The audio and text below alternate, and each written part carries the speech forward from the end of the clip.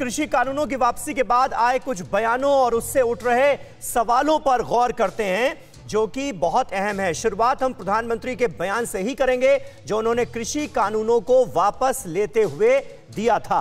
Information wall का हम रुख करते हैं, क्योंकि तमाम तरह के बयानात सामने आ गए हैं। एक तरफ तो किसान संगठन जो हैं वो अभी इस बात पर अड़े हुए नजर आ रहे हैं कि तत्काल वापसी नहीं होगी। दूसरी तरफ बीजेपी के तमाम बड़े नेताओं के बयान भी सामने आए हैं। बयान ये कि हम कुछ किसानों को समझा नहीं पाए, ये तो खुद प्रधानमंत्री नरेंद्र मोदी ने कहा था। सवाल ये, तो क्या फिर से किसानों को समझाने की कोशिश होगी? क्या बताया जाएगा क्या कि ये तीनों केंद्रीय कृषि कानून जो लाए गए थे वो किस तरह आपके फायदे के लिए?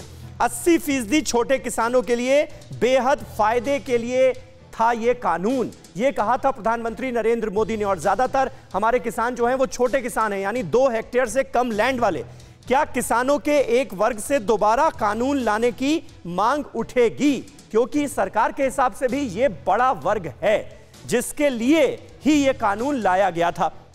सरकार नए सिरे से कानून लेकर आएगी, यह कह दिया किसने? कलराज मिश्र ने, जो कि इस वक्त राजस्थान के राज्यपाल हैं। इससे सवाल यह उठता है कि क्या किसान फिर से आए कानून पर सहमत होंगे क्या?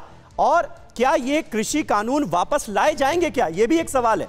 कुछ लोगों ने किसानों को भड़काया, ये कह रहे हैं मध्य प्रदेश के कृषि मंत्री। अब इससे सवाल क्या खड़ा होता है, क्या राजनीति के चक्कर में किसानों का नुकसान हुआ है? ये बड़ा अहम सवाल है। और एनआरसी सीएए पर भी बात होने लगी है, इस पर भी आंदोलन होगा, समर्थन करेंगे, ये कह रहे हैं ओम प्रकाश राजभर। तो यूपी की सियासत के मद्देनजर भी राजभर का यह बयान बड़ा अहम, क्योंकि राजभर और अखिलेश यादव का गठबंधन हो चुका है। वो कह रहे हैं सीए एनआरसी का आंदोलन होगा तो उसको हम समर्थन करेंगे।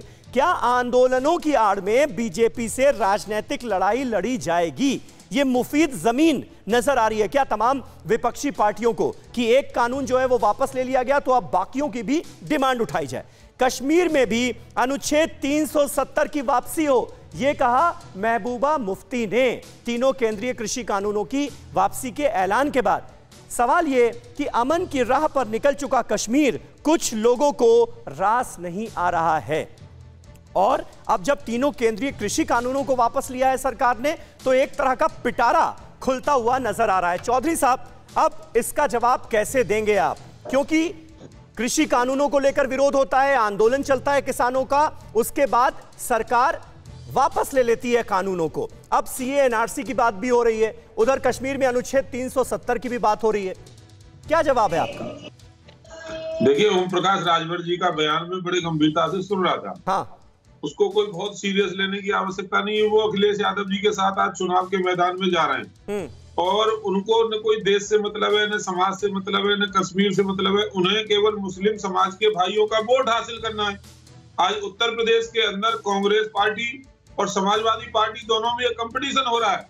कांग्रेस की ये कोशिश है कि समाजवादी पार्टी से छिटक करके कैसे भी मुस्लिम समाज कांग्रेस में आए, तो ये उसी का एक परिणाम है। बाकी और कोई बहुत गंभीरता से लेने की आवश्यकता नहीं है। और दूसरी बात, मुफ्ती महबूबा की आप बात कर रहे थे, वो हमेशा ये बात बोलती रही है, धारा 370 के कारण ही तो कश्मीर हमसे अलग था।